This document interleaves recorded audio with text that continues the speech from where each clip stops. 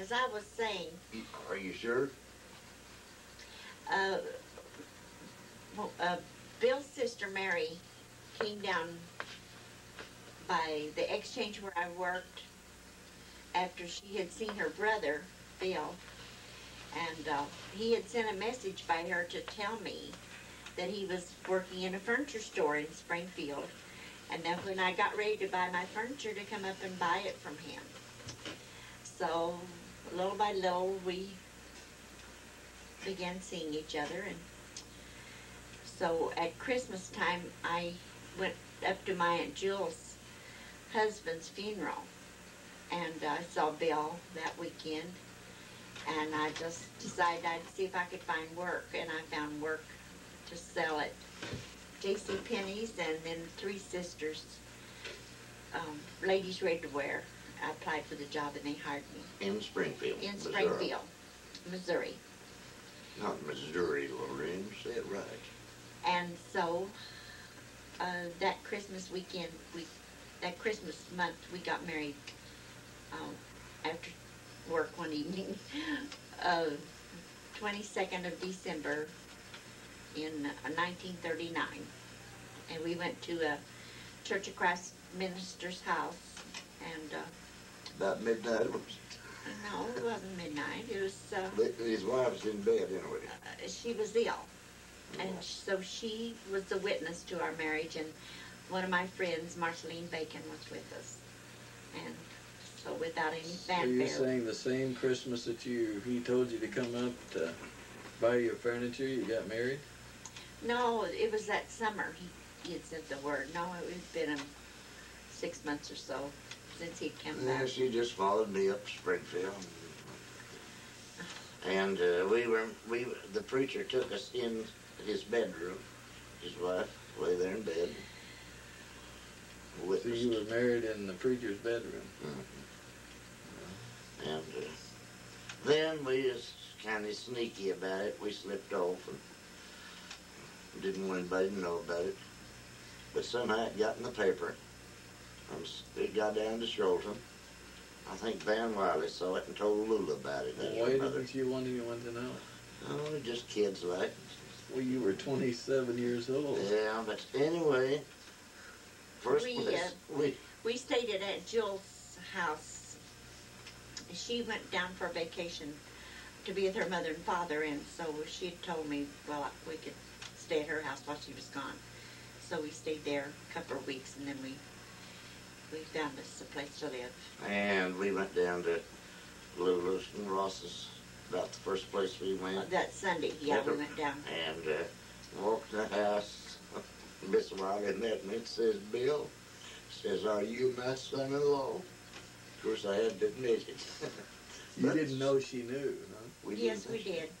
Well, Van saw it in the paper. They published Well, I it. called down there. Oh, you gave it away, huh? I didn't know you did it. Learning things on each other, huh? Sneaky. Just now finding it out after 40 years. Forgotten.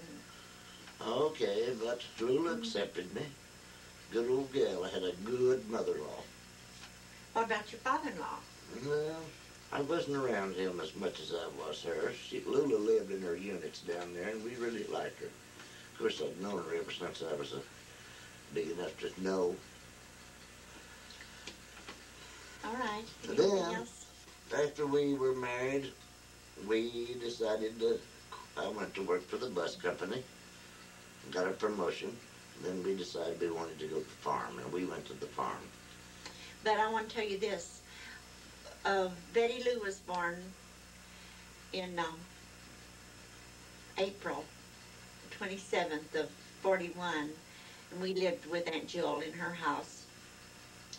And when she was about 8 months old, on December the 7th, all these messages came across on the radio that Pearl Harbor had been bombed and by the Japanese, and I did not even know where Pearl Harbor was. And then finally they began saying Hawaii. Well, I'd heard of Hawaii, but never Pearl Harbor.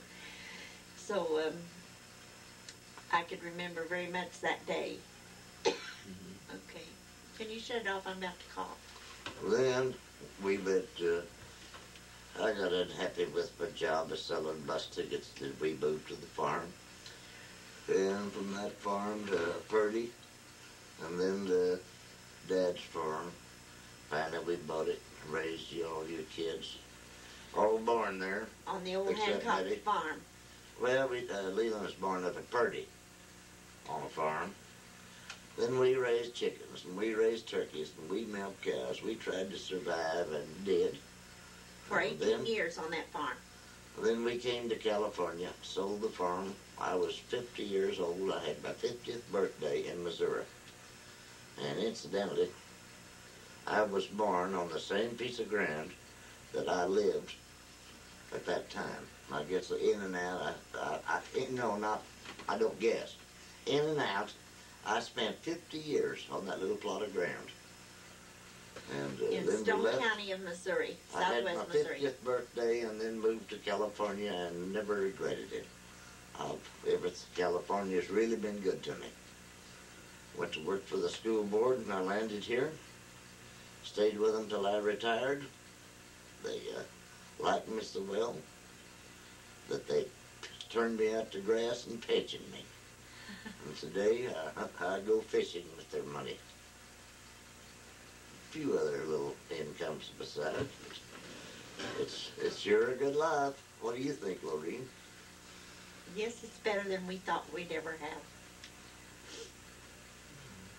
Not a care, a worry. Went fishing yesterday, and Lorine fishermen have the reputation of stretching the truth about what they catch. You saw them yesterday, and you cleaned them. Was it a good catch? Yes, I thought it was a good catch. He brought home 15 nice bass. And I helped him clean them and wash them and put them in the big dish pan, put them in the refrigerator for now. And then after I retired, we moved to Cayucas, 200 miles south of San Francisco, 200 miles north of Los Angeles. And this is it. Bill thinks this is the best place. This is Eureka. Do you know what Eureka means, Lorine? It's a Greek word, and it means I have found it. And I have really found this place. I have no desire to move any further. Now, you talk a while. Well, Dad, tomorrow your brother, Uncle Jess, is going to be buried. Maybe this would be a good time to say a few words about his life. Yeah, he'll be buried February the 7th, 1982 at Mars Hill.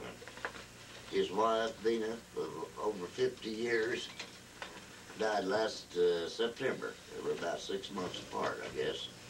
And they were, in our family, there were 6 children, 4 boys and 2 girls. My 3 brothers have already passed on, and so I'll be the next one for next boy for sure. But one thing I am glad about, Jess got to come out here. He was there in this house where we're filming this tonight. And we went down to the ocean. We intended to go fishing, but we had a storm on the ocean. We didn't get to go. But Jess did get down and see the ocean. He got to see where we lived, and we tried to make his visit as pleasurable as possible. And the weather outside of the storms on the ocean was real nice, and I think they enjoyed it. Yes, Vino had recovered from a stroke, and they were so happy that she was able to travel again.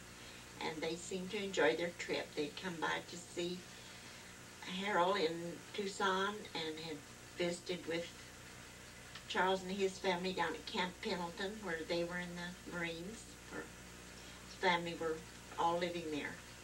Then they came up on the bus to see us, and we enjoyed their visit so much.